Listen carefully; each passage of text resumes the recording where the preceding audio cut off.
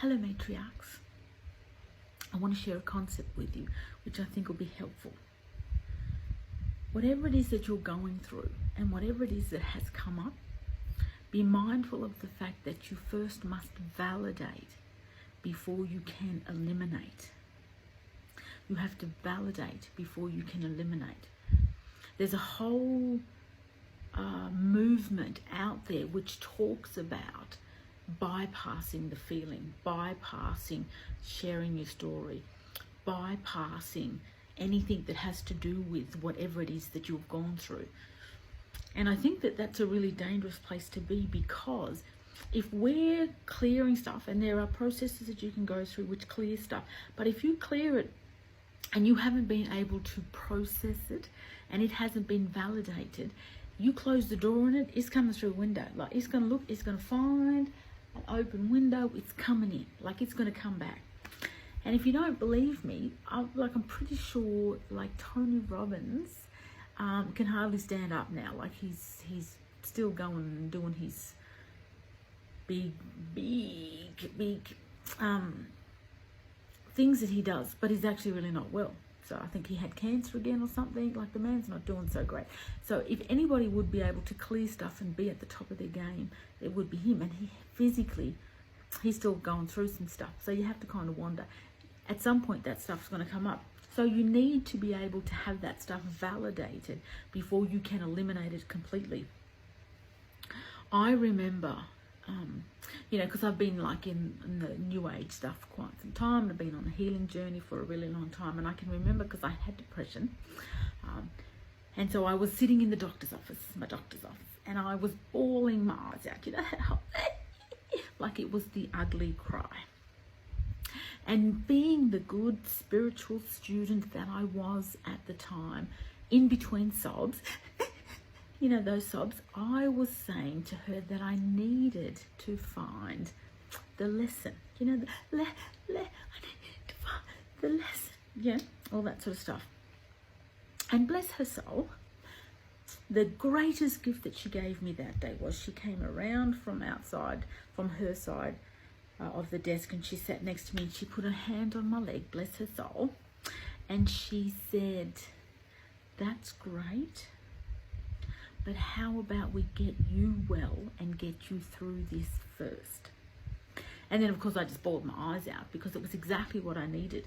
I needed somebody to see me and be with me where I was at. And so that allowed me to then see that she understood that maybe like heaps and heaps and heaps and heaps of time down the track I could find the lesson.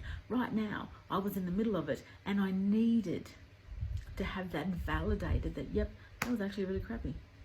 I was going through some not cool stuff.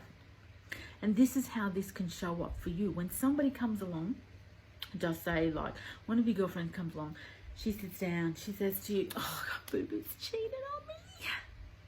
She's boring." One of the things that you can do, which is really, really helpful, is rather than saying, "Told you shouldn't have went near him. How many times did I tell you? He was a dropkick. I just knew it from the first time I saw him. Like, he was just a dull budger, and he's good for nothing." And I just go, rather than going through all of that, if you was to say, "That's just so horrible. I'm so sad that you're going through that. Oh, really? What do you need from me?" Then the next thing, after they've gone through and talked, and then you can go, "You know what? Like, he was an oxygen thieving mongrel. How dare he hurt you like that? You are my friend, and how could he do that to you? He's so not good enough for you. Like, I cannot believe that he can't realise that he has a gem sitting right there in front of you, and he went and done something stupid like that. Well, then he just doesn't deserve you, because you're amazing." And then you can even take it one step further and be like, I know someone, and like if it was me, I'd be like, "Okay, son's been in the army, so we can do stealth stuff fairly easily. So if you want me to set fire to his car, like, I can do that for you. Just give me the word, like I can do that." Normally they will then say, "No, don't worry about it." If they do say yes, well, then that's a whole other conversation. But understand that they'll go, "Oh no, it's okay," because you're meeting them where they're at. You're validating their feelings. You're validating to go, "Oh, that's really crap." And then later on you can help them with the whole, please don't choose that fool kind of person again, like seriously do some healing and get stuff. But you need to be able to validate somebody before you can then eliminate that that whatever process you need to go through to heal whatever the stuff that keeps coming up. Because if you don't validate it, it's just going to keep showing up. And what happens a lot of times is that people are standing on the top of the mountain and they're saying the view up here is amazing, and they're looking down at somebody, me, looking down at me going, oh my God, you're laying like in the valley, come on, get up, come up here, the view up here is amazing. Actually, I don't want you to stand up on the mountaintop and tell me how great the view is. I need you to come back down, sit with me while I'm laying in the valley, while I'm laying there, and actually say, this is a really crappy place to be. I know, I've been here, but we can climb to the top of the mountain together. So come on, let's go. And then help me. And you can then go 2 or 3 steps ahead of me, but please don't stand at the top of the mountain telling me how great it is out there when I'm still down here trying to get back on my feet. And I think that happens a lot of times in particularly the personal development industry, but any kind of healing, and particularly when it comes to trauma, because that's my jam. People seem to think that it's better to say, actually, that's in the past, you should just leave it there, and, I'm not a victim and stuff. The thing is that you've had bad stuff happen to you. And whether or not you want to label that is entirely up to you. But bad stuff has happened to you, and you need to be able to voice that and go, actually, that was really crap. That was really unfair. That's not okay that happened. You need to say that, but you also need to sit with people who can actually validate that for you to actually say that was not okay.